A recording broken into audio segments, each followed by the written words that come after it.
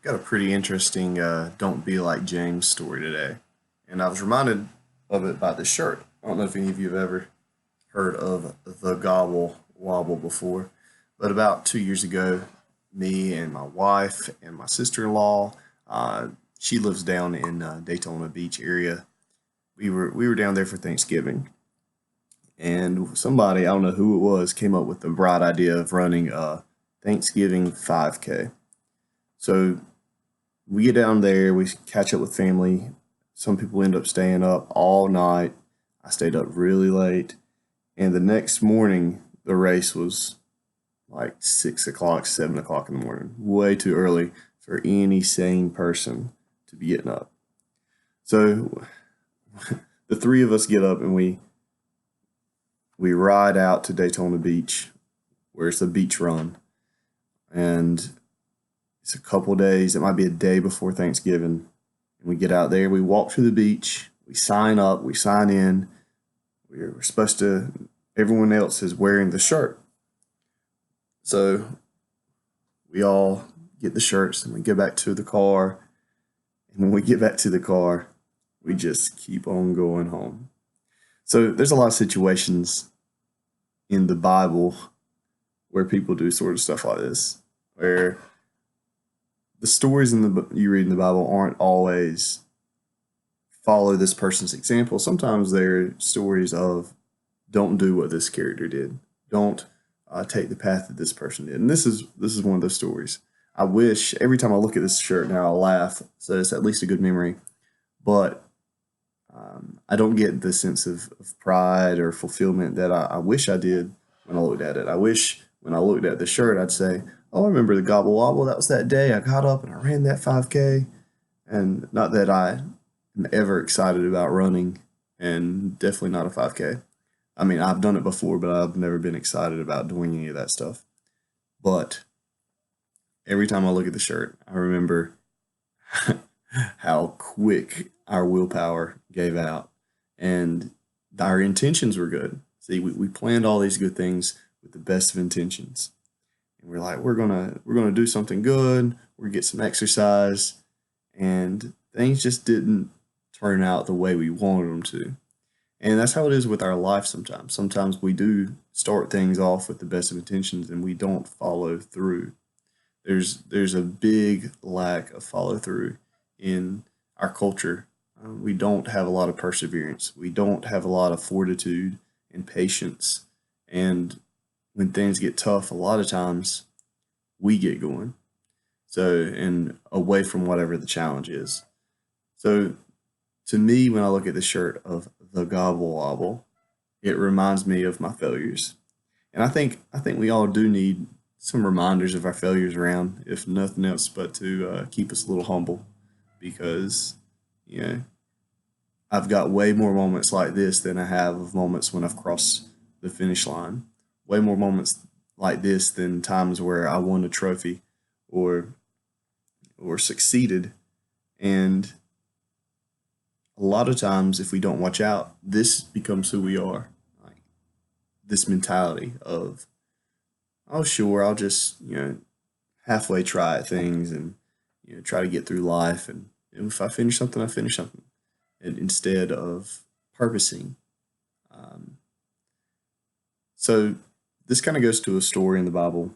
It's the story of Daniel, and I'll paraphrase it for everyone. But see, Daniel and his friends Shadrach, Meshach, and Abednego got yanked out of their homeland, sold into slavery, and they were servants of the Babylonian king.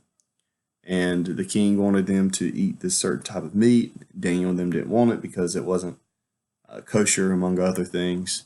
And they had been offered to idols, and they didn't feel right eating it. They wanted to eat the food of their homelands.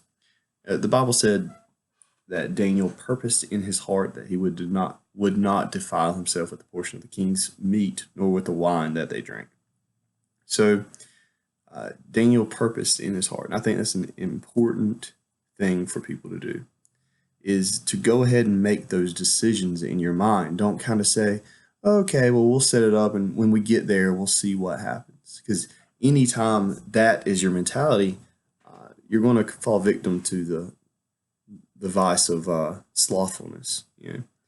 Is anytime I don't have concrete idea of what's going on, or I don't have my will sharpened and my purpose known, anytime I'm sitting there with a maybe, I take the path of least resistance. I say, well, it would be easier to do this, or I could just go back home and get some sleep. If I had purpose in my heart to run this gobble wobble Thanksgiving race, I probably wouldn't have stayed up all night. But by that very action, I knew that I wasn't committed to this 5K, and I wasn't. It's a good learning experience. You purpose in your heart, and it can go through a lot of things. If you want better grades, you have to purpose in your heart that you're willing to do the things you need to do to get those scores, to get those grades. If it's making a couple late nights of study time and putting in the effort to do it, but you can't wake up the next day, not have studied at all, go take the test, and then be mad because you got the bad grades. It's just the pattern coming true. You get out what you put in life. So don't leave things up to maybe. Always have some certainty in mind about what you want to do, and be a person like that. Because if you create those patterns of certainty and purpose, and that you have clarity, and that you have vision, and all of these things, these powerful motivating factors, then you'll find that you complete more things. I'm the type of person, I have 10 ideas running in my head, and I'll start all 10 of them. And how many will I finish?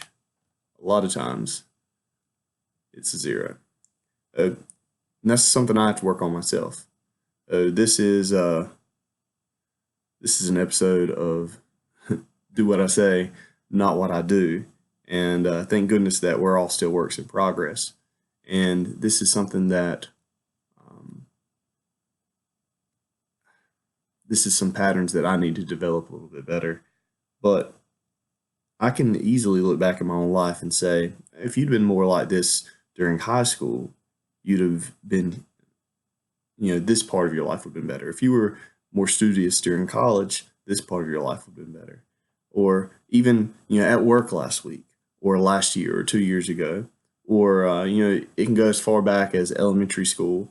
And that's, the young years are when you start developing these routines and these patterns, and the state of mind of not caring about things. And a lot of people, I don't care what the outcome is, and it makes life easy, but it also doesn't make life exciting or valuable or any of the things that make life worth living for.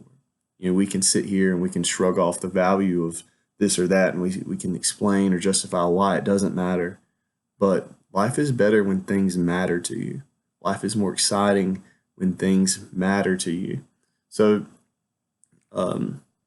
my advice is find some things that matter to you and do them, pursue them, chase after them, do them to the best of your ability, and do as I say, not as I do. And I'm going to try to do this as well. So this is some advice for me on the topic of finding things you're passionate for, finding things you care about, setting your mind to something, kind of being like Daniel, purposing in your heart. And because you don't want to get in that moment, especially if it's something big, whether it's some type of temptation that's been coming your way, or and you're sitting there and you've put a maybe in the spot. Because anytime you show weakness, probably the worst case scenario is what you're going to go for. The opposite of delayed gratification. We want that instant gratification. So even if the instant gratification is worse for us in the long run, if you don't have your mind made up on what you want out of life and what you're willing to do and where you're willing to go, then when those compromising situations pop up, you're usually going to take the path of least resistance. That is slothfulness, and that's one of the 7 deadly sins. And they're deadly for a reason, and not merely because not literally kill you, but it can be a living death if that's the way you're living, it's not much of a life. If you're taking that easy path, if you're getting no excitement or no purpose in your life because every time something pops up, you take the easy way out. You take the shortcut. You cheat. You get a little lazy with your patterns. So be purposeful. Be put some effort into your life. Find make some solid ideas for your future. Purpose in your heart. Yeah. This is this is a little episode of some wisdom advice from my own feelings. So I hope you all enjoy this and have a good one.